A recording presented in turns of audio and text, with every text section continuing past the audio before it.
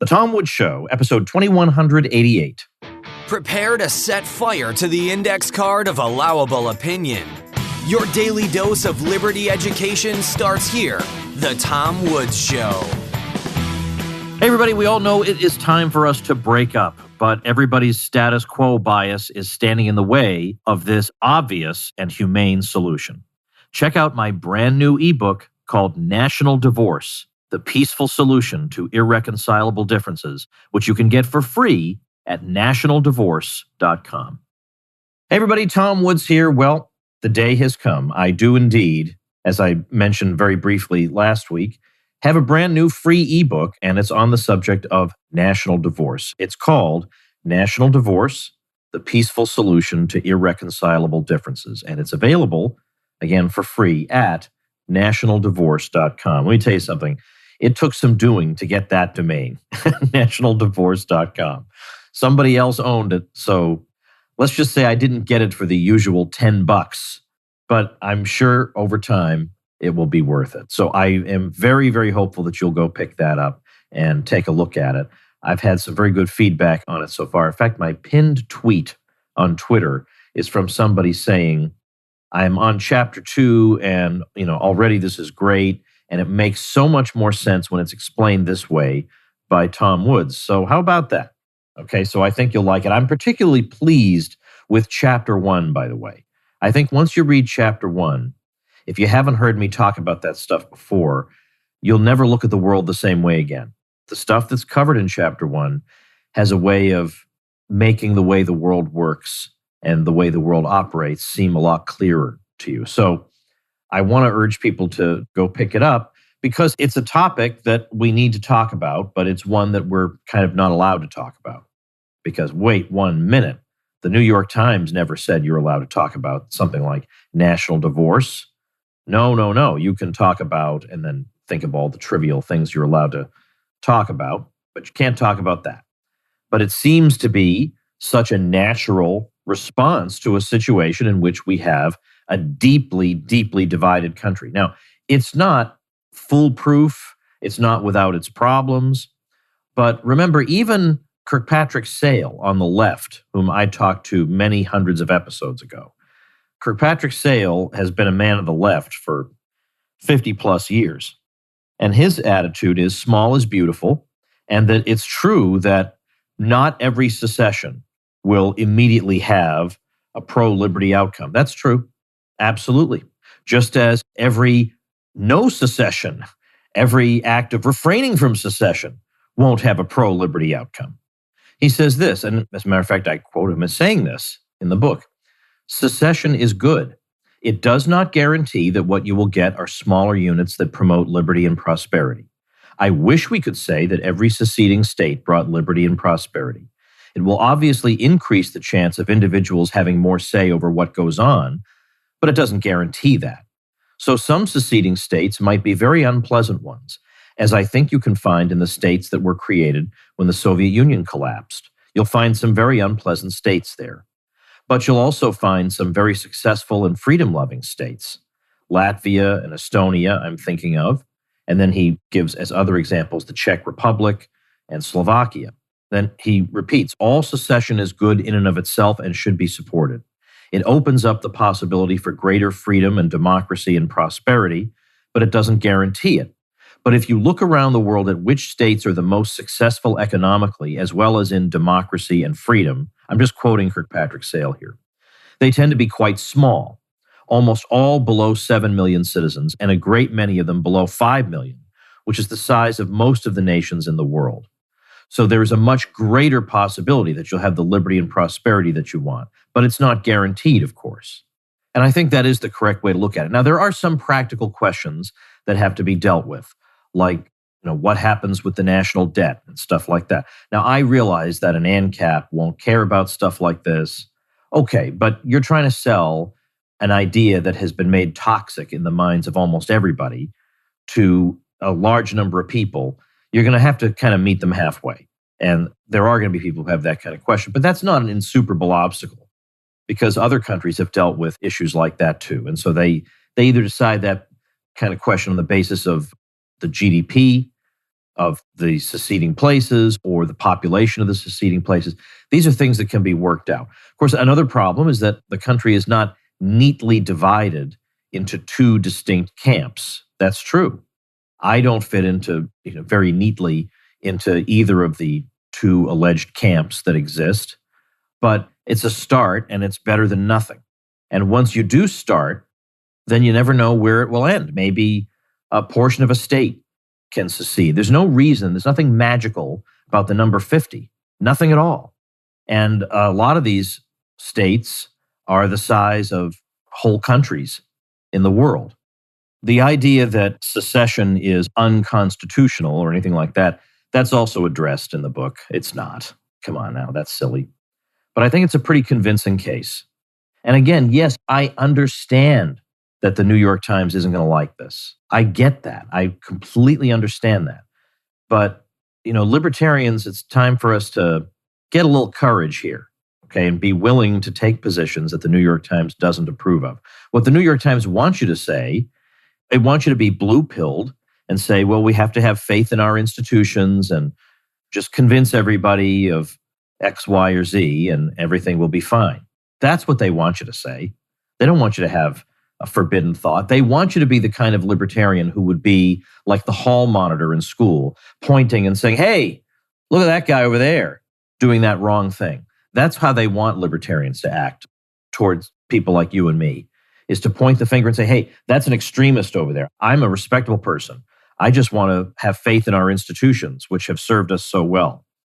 Well, I don't really believe they have, which is why I want to break the thing up. I want to break up the American empire.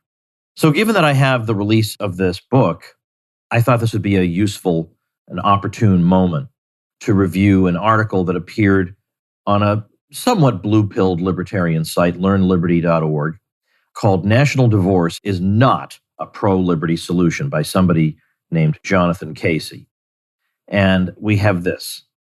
I won't read you the whole thing, but just the parts that I want to address. The opportunity for libertarians in this moment is not to celebrate divisions, but rather to remind Americans of the principles that inspired the creation of a government. These allow people of vastly different beliefs to coexist peacefully together. I think that's just naive. I don't think that's really acknowledging what's going on in the world or reckoning with what's happening in the news. First of all, I don't know of anybody who's, quote, celebrating divisions. I think everybody I know thinks it's a tragedy that people are so deeply divided about such fundamental things. I think all of us feel like it would be much, much better if we could reach a consensus on all these things. So that seems like a caricature to me. I don't know of anybody who's actually celebrating divisions. I think what's actually happening is they're acknowledging the divisions and asking the question, are these divisions so deep that they prevent us from occupying the same polity? That's a legitimate question. And you can conclude, no, they're not that deep. Maybe these are just trivial differences that we have. Or we have some hope of convincing 80 million people to adopt our way of looking at things. And so we shouldn't pursue national divorce. Or other people could say, no, obviously, just look around you. I mean, people have wildly divergent ideas about a whole host of things. I mean, everything from economics to climate change. Climate change is the pretext now for extremely wide-ranging areas of social reconstruction. So you have that also. Obviously, economics. I know that in blue-pilled libertarian circles, you're not supposed to mention critical race theory because that's supposed to be not a problem, and that's just a fantasy of stupid right-wingers. But anybody telling you that does not understand how toxic and just downright wrong critical race theory is. Just based on the idea that if there are disparities, statistical disparities among groups, that this is evidence of systemic racism and injustice. Thomas Sowell spent his career refuting that. And it's interesting that in some blue-pilled libertarian circles, Thomas Sowell is not looked upon with respect the way you and I respect him. He's considered a dangerous right-winger. But the CRT stuff, the gender stuff, all that, which is not satisfied to confine itself to its own circles. These are proselytizing ideologies that want you not just to grit your teeth and tolerate them, but to celebrate them. If you look at the Green New Deal, which I've done numerous times on the Tom Woods Show, and you see how radical and sweeping it is, then whatever it is you think some red state governor might do, that's not even in the ballpark of the Green New Deal, which frankly is not an exaggeration to say it threatens civilization itself, given how sweeping it is and the demands it makes on economies. I don't care what you think a red state governor is going to be up to. If a few of those places secede and refuse to go along with this, that is an excellent example to a lot of other places in the world. And it's a great step forward for the people who live in those places that secede. And the very fact of secession means we're breaking the rules, means we're not going to be governed by the narrow range of options given to us by the Washington Post and the New York Times and CNN anymore. That in itself is a good thing. That's a good thing. That's not something to be embarrassed about or ashamed of, or, oh, I wish these other libertarians wouldn't embarrass me because I want to be taken seriously by the New York Times and all that. Look, when they come for you, they're not going to make these careful distinctions, okay? You're a right-wing fascist every bit as much as they would say I am, okay? If you're any kind of libertarian whatsoever, if you're against Obamacare, you're a fascist to these people. So if you think that you can kiss up to our overlords by using just the right combination of words, when push comes to shove, they're really not going to care, okay? It's not going to matter. Then we read this. Some say that people have a right to live with whatever gun, taxes, immigration laws they want, and that national divorce would reduce, quote, forced associations. But this is a wholesale rejection of libertarianism, which believes that human rights are universal and must be protected. Okay, I travel in quite a few libertarian circles, and I don't know anyone who says that people have a, quote, right to live with such and such types of laws. Okay. In the abstract, nobody has the right to commit aggression against anybody else. That's not the issue. And I think it's kind of juvenile to pretend that that's the issue.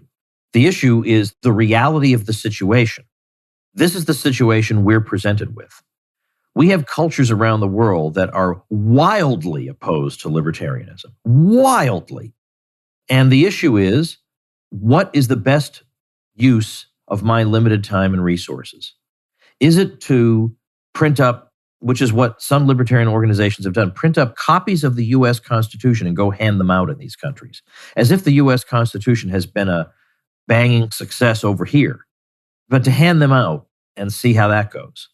Now, I'm not saying don't do that. If that's what you want to do, I'm not going to stop you. But is that the best use of our time? Or could there be lower hanging fruit in the world? Given that we have limited time and resources, why don't we go after the lowest hanging fruit? That's the argument. It's not people have a right to live on. Sometimes we say that states have rights, quote unquote. And so maybe that's what this person is thinking of. Because I really have not heard of people saying, well, you have a right to live however you want. I mean, that's not really a libertarian approach. I mean, it is as long as there's no aggression involved. But we don't say, yeah, you have the right to live in a progressive utopia where there's high taxes and whatever. We don't say you have a right to do that. What we say is that under the constitutional arrangement that was created back in the late 18th century, that it allows for that. That's the point. It allows the states to make those decisions. And so, yeah, as shorthand, we use the term states' rights that even Jefferson used. But even he didn't think that a state in the abstract actually had a right to do this. He just means vis-a-vis the federal government. The federal government can't interfere. And so in that limited sense, that's what he means by states' rights. The point rather is we can spend the rest of our lives at each other's throats, trying to make everybody into a carbon copy of ourselves. We can continue this low-intensity civil war forever and make each other miserable. Or we can stand back and ask, is this contributing to human flourishing? Is this making us happy? Or maybe wouldn't it be better if you took your ideas and implemented them where you live, and I take my ideas and implement them where I live? And yes, of course, some places will be worse, but some places will be better. And the problem is this all or nothing mentality that we see in so much progressivism and that is leaking through into libertarianism as it so often does. That, for example, Woodrow Wilson looked at the world this way. So either we have a bad guy running Germany or we have a good guy. Well, sometimes it's we have a bad guy or a worse guy. That's the way an adult looks at the situation. Well, likewise, with national divorce, no, I can't guarantee you that every square inch of the United States is going to be a better place to live after this takes place. But that's not the option that we're facing, is it? It's not that everywhere does better or everywhere does worse. Again, this is not the way an adult is supposed to be thinking. In this real world we inhabit, we are very, very infrequently faced with a black and white choice like that. It's much, much more often shades of gray. And some places will be a lot better because they won't be implementing the Green New Deal. They won't be implementing the kind of crazy restrictions that we saw under COVID that were completely useless. They won't have laws that, as Kevin Dolan explained on the Tom Woods Show, basically weaponize HR departments against ordinary people all the time. But again, even if I were to focus exclusively on COVID craziness and the Green New Deal, those two alone are of vastly more significance than anything, let's say, a quote unquote red state might be guilty of. I mean, there are people who have for years thought that the big threat in America is that a Mike Huckabee style theocracy would take over America. I mean, even Mike Huckabee's not a theocrat, strictly speaking, but that is not the threat we face right now. If you look around the world, you look at the United States, the thing that is the big danger to us is not that Pat Robertson and the 700 Club are going to take over state governments. That is not the situation. I might add, by the way, though, it was never the case that the so-called religious right, which, by the way, I thought were very, very naive politically. I have a lot of disagreements with them. But I can say for them that they didn't go down to Greenwich Village and get in everybody's faces, making them miserable. It was the other way around. It was people throwing condoms at St. Patrick's Cathedral, during marches of various kinds. That kind of attitude was always one way. Then we read this. The idea that these new governments created by national divorce would obtain proper consent to take an individual's rights away is without evidence. That's right. That's why nobody makes that argument. Of course, it's without evidence. Nor does the smaller voting population make it more acceptable to restrict people's rights. Well, again, no one's making that argument. Libertarians completely reject the notion that when 51 out of 100 vote to take away your rights, it is more acceptable than 501 out of 1,000 voting to take away your rights. Your rights are yours always. This is what happens when you're in an isolation booth ideologically. No one is making this argument. So, of course, I agree with that. Nobody's making this argument. The argument is that if your response to me, that maybe instead of having these gigantic states like the United States, having these enormous political units, might not be contributing to human flourishing. And that, in fact, Hayek himself said that in the future, liberty is much, much more likely to be protected in small states. Now, was Hayek therefore saying small states have a greater right to take your rights away than large states do? Of course not. Nobody's saying that. We're saying that it's highly unlikely that we're going to get 80 million people to see the world the way we do in the next few years, or ever, maybe ever. So in the meantime, what can we try to do?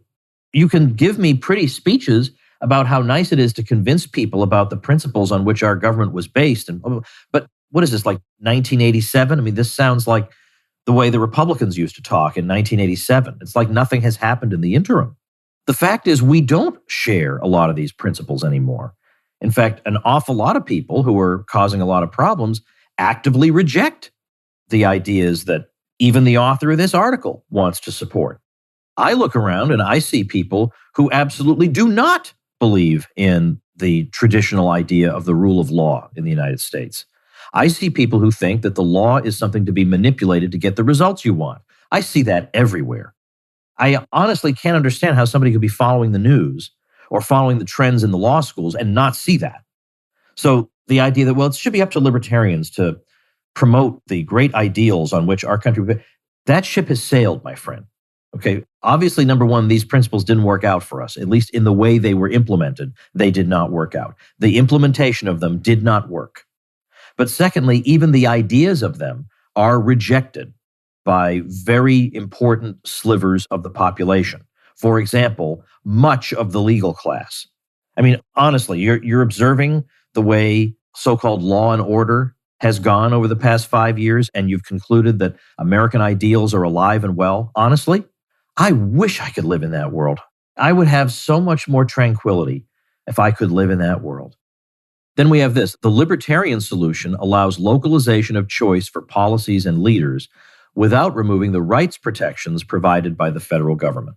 The rights protections provided by the federal government. So this person is looking at the current situation, looking at the federal government as it exists today, and saying this is a net benefit because its salient characteristic is that it protects our rights. Again, as a non-blue-pilled libertarian, I just don't look at the world that way. I can't imagine that you could look at the federal government and think of it like that. Not to mention, I don't understand then, under this situation, why don't we have a world government then, run by the U.S. federal government?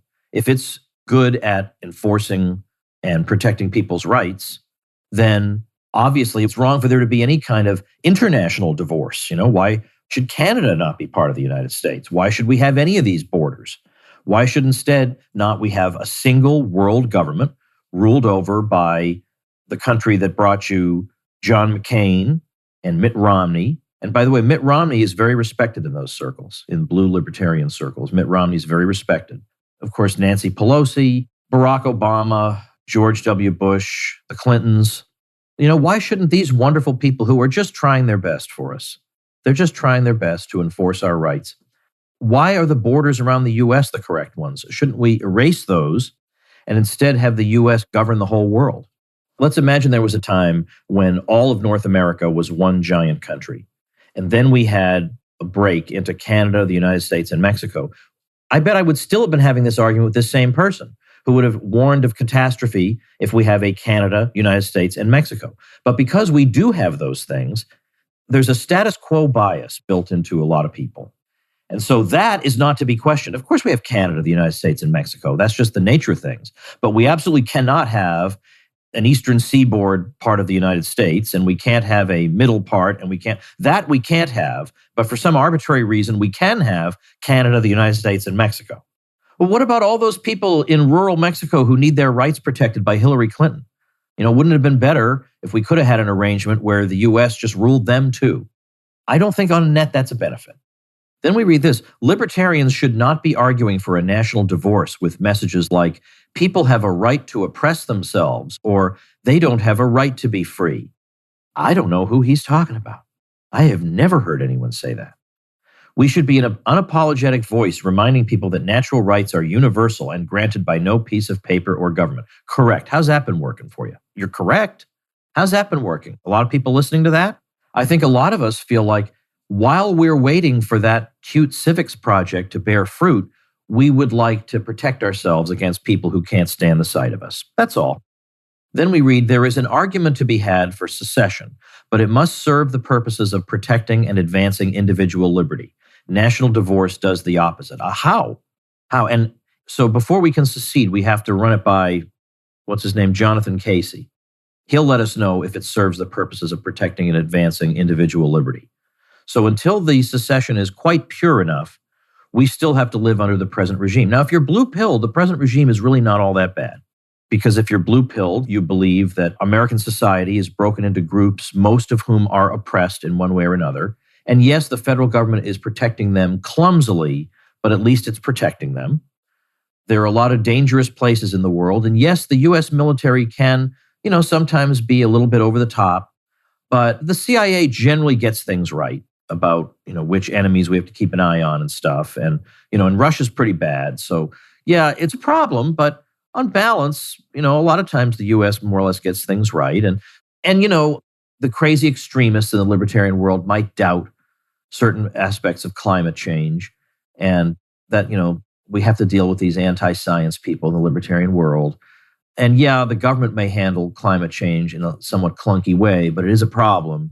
So we got to deal with it one way or another. So yeah, if you're blue-pilled, then the regime doesn't probably seem that bad to you. There are parts of it that really do genuinely outrage you.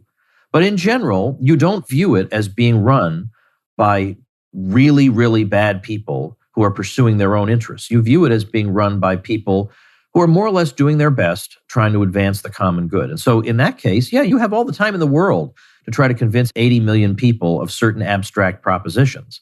But the rest of us would like to live flourishing lives even before we're able to convince that many people. I just want to, if I can find enough people around where I am, where we all kind of agree, then we'd like to live without being harassed by the rest of you crazy people. That's the way we're looking at it. Then we have our messaging should be a stark contrast to what the rest of the country is being told. Yes, national divorce is a stark contrast. I mean, that's an opinion you're not allowed to hold. That's an opinion that so much of mainstream libertarianism is afraid to talk about because that's not respectable and the New York Times won't like you. I don't want to be liked by the New York Times, so it doesn't bother me. And then we get this. As Republicans and Democrats focus on increasing the divisions and fear between Americans, libertarians have an opportunity to show America the best version of itself. A version of America. Now, I want you to, as I'm reading these words, I want you to think about America today and the people who run it and the issues we're fighting over. And I want you to see if this bears any resemblance to that at all. A version of America held together by our common belief in the natural rights enumerated in our Declaration of Independence and our Constitution that have survived for the last 2.5 centuries, while other countries around the world have dissolved or fallen apart. So you think the Constitution has survived for the last 2.5 centuries, that it's been operational and doing its job for 2.5 centuries? Then yeah, then I guess you don't see any problems. Then I guess you can forego national divorce. The Constitution has survived for the last 2.5 centuries. I don't think it has. Kevin Gutzman and I wrote a book called Who Killed the Constitution? So I don't believe that it has. And again, not to mention, half the people we're fighting against absolutely reject these ideas as being inherently racist, as being the creations of dead white men. And I'm supposed to sit here and reason with those people? I'd rather say, look, if you want to take that kind of divisive rhetoric and live over there, then go do that. But I'd like to not speak that way. I'd like to be more humane and live over here. And then this, while other countries around the world have dissolved or fallen apart, why is that a bad thing? Why is it necessarily a bad thing that a country should dissolve and then become 2 or 3 countries or 5 countries or maybe not have a government or whatever? Why is that a bad thing? Why would a libertarian say, oh, it's a terrible thing that country, quote unquote, dissolved? Who came down from heaven and said, the borders of this country shall be drawn in this way and it shall exist in this form forever? Who did that? I thought libertarians were supposed to be emancipated thinkers, not bound to tradition. A lot of them are stupid traditions. I mean, of all people, I would think libertarians would say that maybe dissolving a country is exactly what needs to happen. Why would we think that was a bad thing? Especially if the country is oppressive and doing rotten things and making people's lives miserable and impoverishing them, then it's good for that thing to be dissolved. I mean, if the Soviet Union had persisted for a couple of hundred more years, we would not, I would hope, have celebrated it if they had gone around saying, well, a lot of other countries have dissolved or fallen apart, but we've survived. Okay, the mere fact that you've survived doesn't mean anything. You needed to dissolve and fall apart. I want these empires to dissolve and fall apart. No, this does not mean that libertarianism will instantly triumph in the wake of the dissolution, but neither does not dissolving them. What's that track record been like? Look at that track record. It's horrendous. Maybe we try something different, given that this is not working. So check it out. You can get it for free. My new ebook, National Divorce, The Peaceful Solution to Irreconcilable Differences. You can find it at nationaldivorce.com. See you tomorrow. Become a smarter libertarian in just 30 minutes a day. Visit TomWoods.com to subscribe to the show for free, and we'll see you next time. Like the sound of The Tom Woods Show? My audio production is provided by Podsworth Media. Check them out at podsworth.com.